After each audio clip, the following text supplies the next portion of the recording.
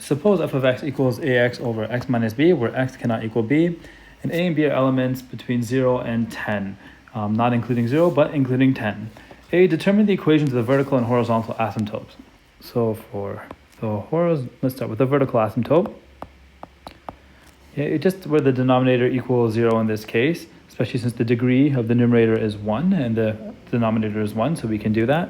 So x minus b equals 0, or x equals b. Okay, and the horizontal asymptote. And just a reminder, when I just mentioned the degree being 1 in the numerator and denominator, that is just focusing on that's x to the power of 1, and this is also x to the power of 1. So there's the degree on the numerator and denominator. For the horizontal asymptote, because the degree is 1 on the numerator and denominator, we can just look at the coefficients in front of x. So therefore it would be y equals a over 1. Those are the coefficients in front of the x if you just look over here.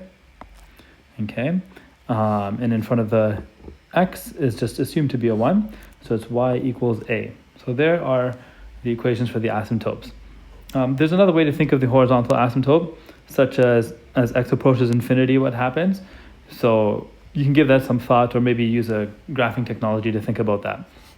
Okay, part B, sketch a possible graph that clearly shows any intercepts and asymptotes. Okay, why it says a possible graph is because A and B is free to change from 0 to 10. So we just got to make sure they're positive and relatively small or smaller than 10. So let's think about this for a second. There's our x and y axis. And we need to have a horizontal asymptote of y equals a. So I'll do that in a different color. Let's do this. Okay, so that's y equals a. And a vertical asymptote of x equals b. So that's x equals b. So it's good to draw the asymptotes with a dotted line and to label them. Now it says to also show any intercepts. So let's think about this for a moment. How can we find the x-intercepts? Well, let's do it the long way. So for the x-intercept, we can let y equal 0. So we would have 0 equals ax over x minus b. Multiply both sides by x minus b, and therefore 0 equals ax, and then therefore x equals 0. And if that's the case, well, then you can check this on your own, but then y equals 0. So therefore the x and y intercept is 0, 0 for both of them, for both axes.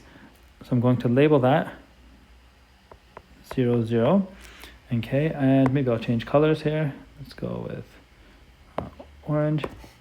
Okay, so we'll have a curve somewhat like this. Okay, and over here, as long as it's not crossing the intercepts. Now, that's not perfect, doesn't need to be scaled, but the most important things, it does have to be to scale because as a sketch, so you don't have to make it perfectly. And this is paper 1, so this would be reasonable enough to include. Okay, part C, and actually just about this shape of this graph, hopefully you realize that it would resemble 1 over x. So the curve should be in the top right and the bottom left of those asymptotes. You can also think of substituting in some numbers or some values. So for example, if you let b equal 3, what happens if you substitute in 3.001? Or what if you substitute in a really big number such as 1 million, and then think that through. Okay, for part C, determine the inverse. Okay, so I will do that over here, part C. There's a couple ways you can go about doing this. I will take the longer route this time though.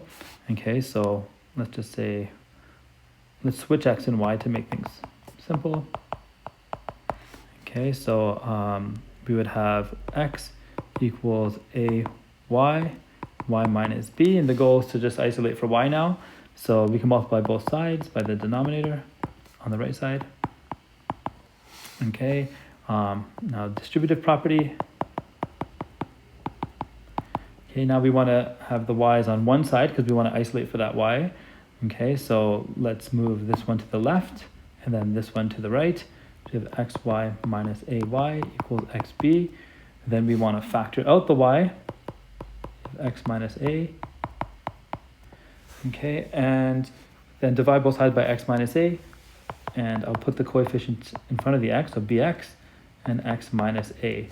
Okay, so this would be, well, we're almost done actually. What I should write though is the official notation, that's the inverse, bx of x minus a, and that is the final answer. Do note that x cannot equal a, that's a restriction. Okay, but that's it. Also, do notice that if you're having a difficult time with this visual, look down in the comments and you'll see a Desmos file. And if you click on the Desmos file, just press play. It might be already playing and you can see this, and hopefully that will make more sense. But do understand the visual. It will help you with any type of graphs of this nature. Thank you.